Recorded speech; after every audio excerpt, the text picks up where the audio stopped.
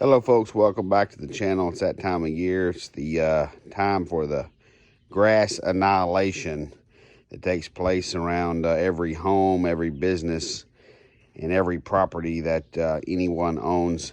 This is going to be a new type of video that I'm bringing to you today. I have a Toro 48-inch Z-Master commercial mower.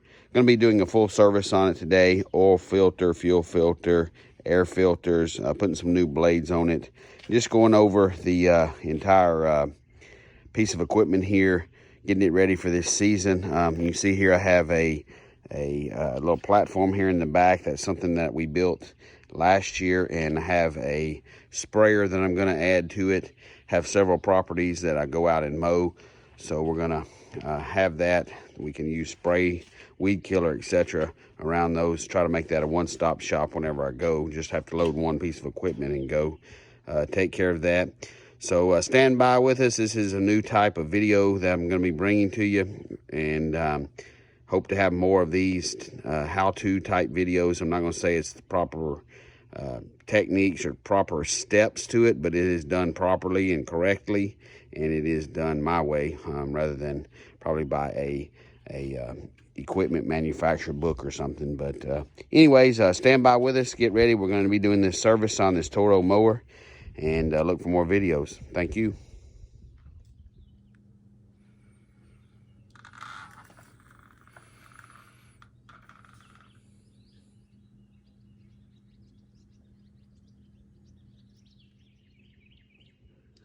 Okay, first thing I like to do always is change the oil. First thing I do is look for any major oil leaks or anything like that. Machine probably could have had a little bit of a power washing, but I had already mowed once with it, just with the older blades. But anyways, let's get back to this oil service. As you can see, this piece that I'm pointing to here, black, this is a Kawasaki 21-inch gasoline engine. Right here is the oil filter. Most of these little outdoor type power equipment have a quick connect for the oil drain. That's what this is. And then this hose here runs down into a bucket that I have. It's just an old bucket, and I cut a hole in it just in case you were to knock it over. It won't spill as fast as it would if the top was open. So that's kind of why I do that. And then you have the oil filter here.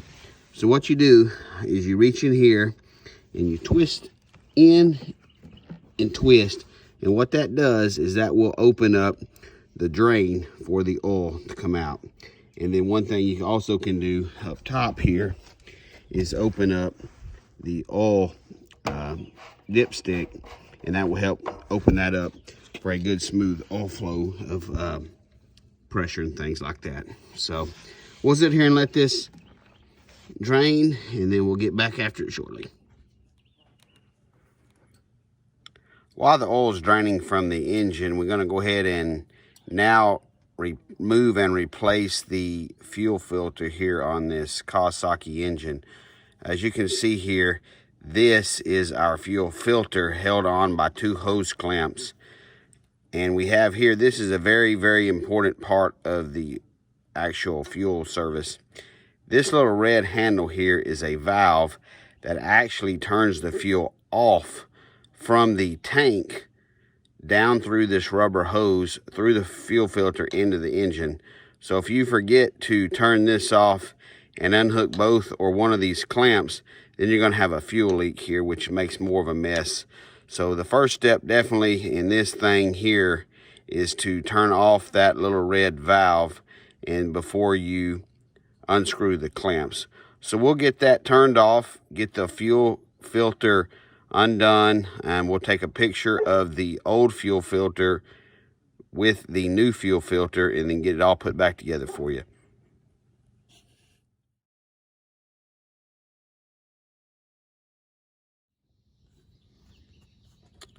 We got it all put back together now.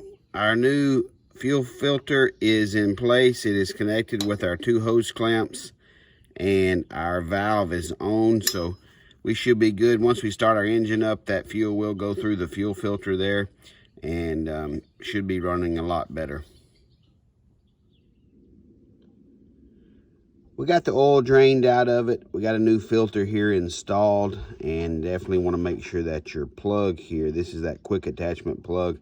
It had the rubber hose attached to it. The reason for that is if the oil came out, it would go onto the frame, then it would just kind of go everywhere from there. So that's what that hose was for. But you can see it's closed. You want to definitely make sure once we put some new oil in this that it's not leaking. Sometimes these can leak. Hopefully today it will not. But we do have that new oil filter up top. That should be hand tightened only, not any type of pliers or anything. And also you definitely want to make sure you put a little bit of oil on the rubberized seal that is on top of that. That will help with any type of sealing. Definitely though, do not use any type of pliers or anything to tighten that. Hand tightening is great. No more. We'll get the oil put in it, and then we'll start on the air filter system.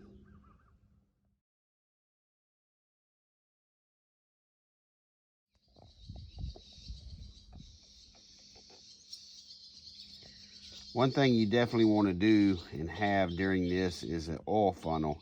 And watch as you're pouring this in, because of the spout down here, that the dipstick for the engine, it will sometimes fill up quicker than what you know. And if you fill this funnel up quickly, then it will spill everywhere, and then you'll have to start over again with your oil. But according to the owner operator manual, I need 1.8 quarts. That's with a new filter. So that's what we're going to do. Here's number 1. I'll get number 2 done, and then we'll get it started up. Okay, we're going to start this up now for the first time since we've changed the fuel filter, oil filter, and changed the oil. And I'm going to check for any leaks, and then we'll go from there.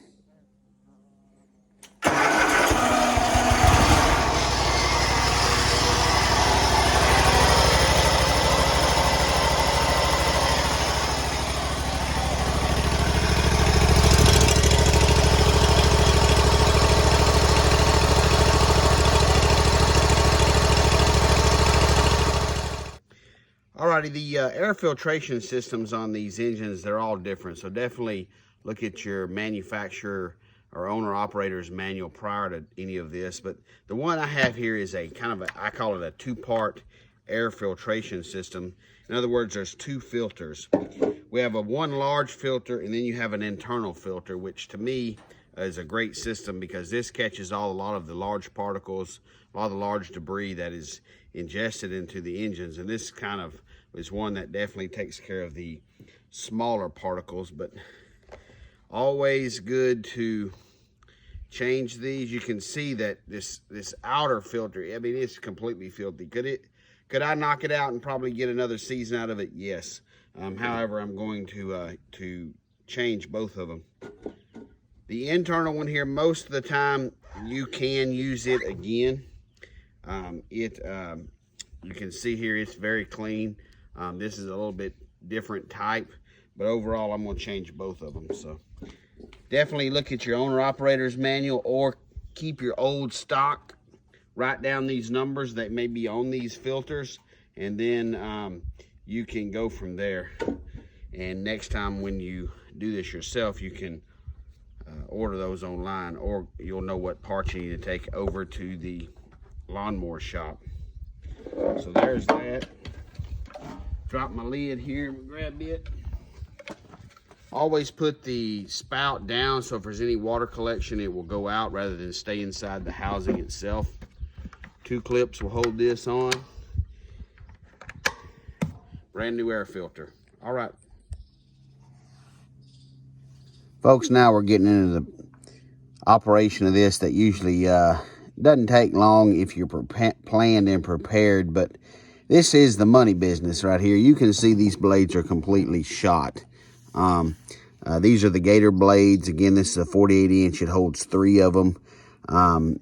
They hit rocks here in the East Texas area, basically getting sandblasted on a regular basis. But very, very difficult to change some blades on some lawnmowers. This one is not too difficult. I've had to learn different techniques and different things to help myself change these. But you can see here that there is not much room here if you're on a concrete or if you're out in the grass. If you're on a trailer or something to actually remove these, but a little bit of trial and error, and you become very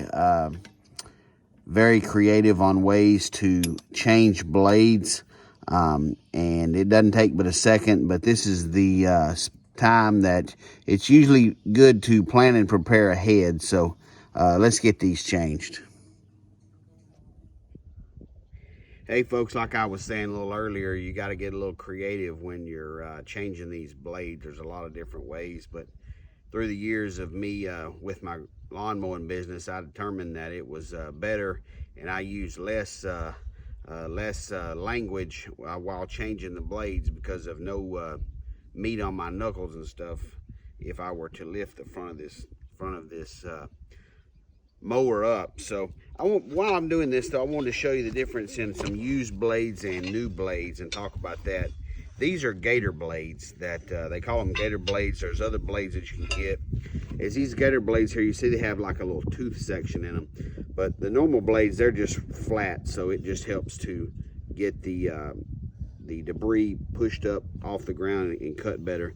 While using these, I've determined these do cut a little bit better, but let's look at these real quick.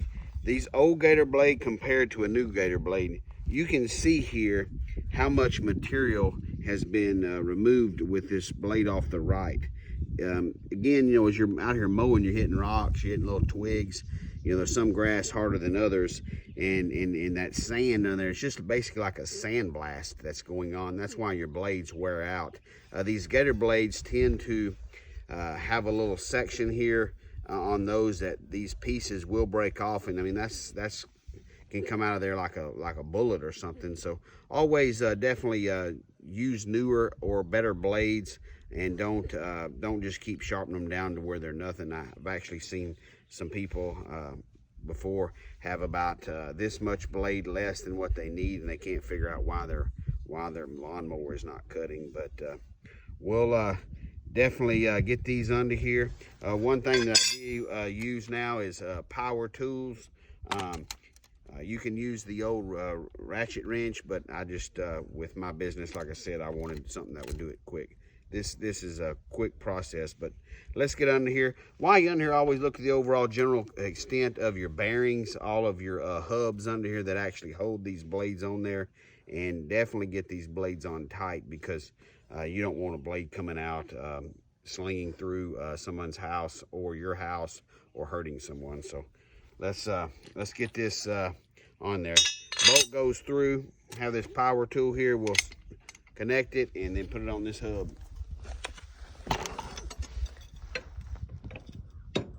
What I like to do is just slowly get it up there until it's good and tight and it's on there, and then tighten it up. Again, these blades definitely need to be tight under there and not wobbly or anything. That can cause destruction to your lawnmower and or hurt somebody. So appreciate you. We got the belt installed here on the mower deck itself. One thing that you can see here is there is a diagram of how this belt actually is strung and run through this deck itself. There's multiple pulleys, there's multiple spring tensioners, and then you have a pulley that's actually on the bottom of the motor that you have to definitely make sure these are on properly. So always reference these stickers that are on your deck or that are in the owner's manual to get in order to get the belt on there correctly. While you're under there looking or actually doing this, you always want to check your pulley systems. You want to make sure no grease fittings that are broken or any type of wear and tear that is would cause issues as you're mowing. So again, this is a new one, something that I think that should be put on at least one time a year. If you're mowing probably commercial, you might have to do that more than one time a year. But overall, just another thing that you're going to have to do to service your lawnmower yearly for a good proper service. That completes our servicing of the Toro 48-inch Z-Master commercial lawnmower that I have. We changed the oil, put a new oil filter, we put a new fuel filter, We also changed the air filter, and we put a new belt system on it, and new blades. One thing that I did not get was some spark plugs. This particular engine requires 2 spark plugs. They're not bad at this time, but I will service those at a later date, and everything like that. Machine's greased now. We're gonna start mowing some grass. We appreciate you watching today. Please check back for our 15-gallon spot sprayer attachment that we're gonna add to it. Until next time, take care and stay safe. We'll see you.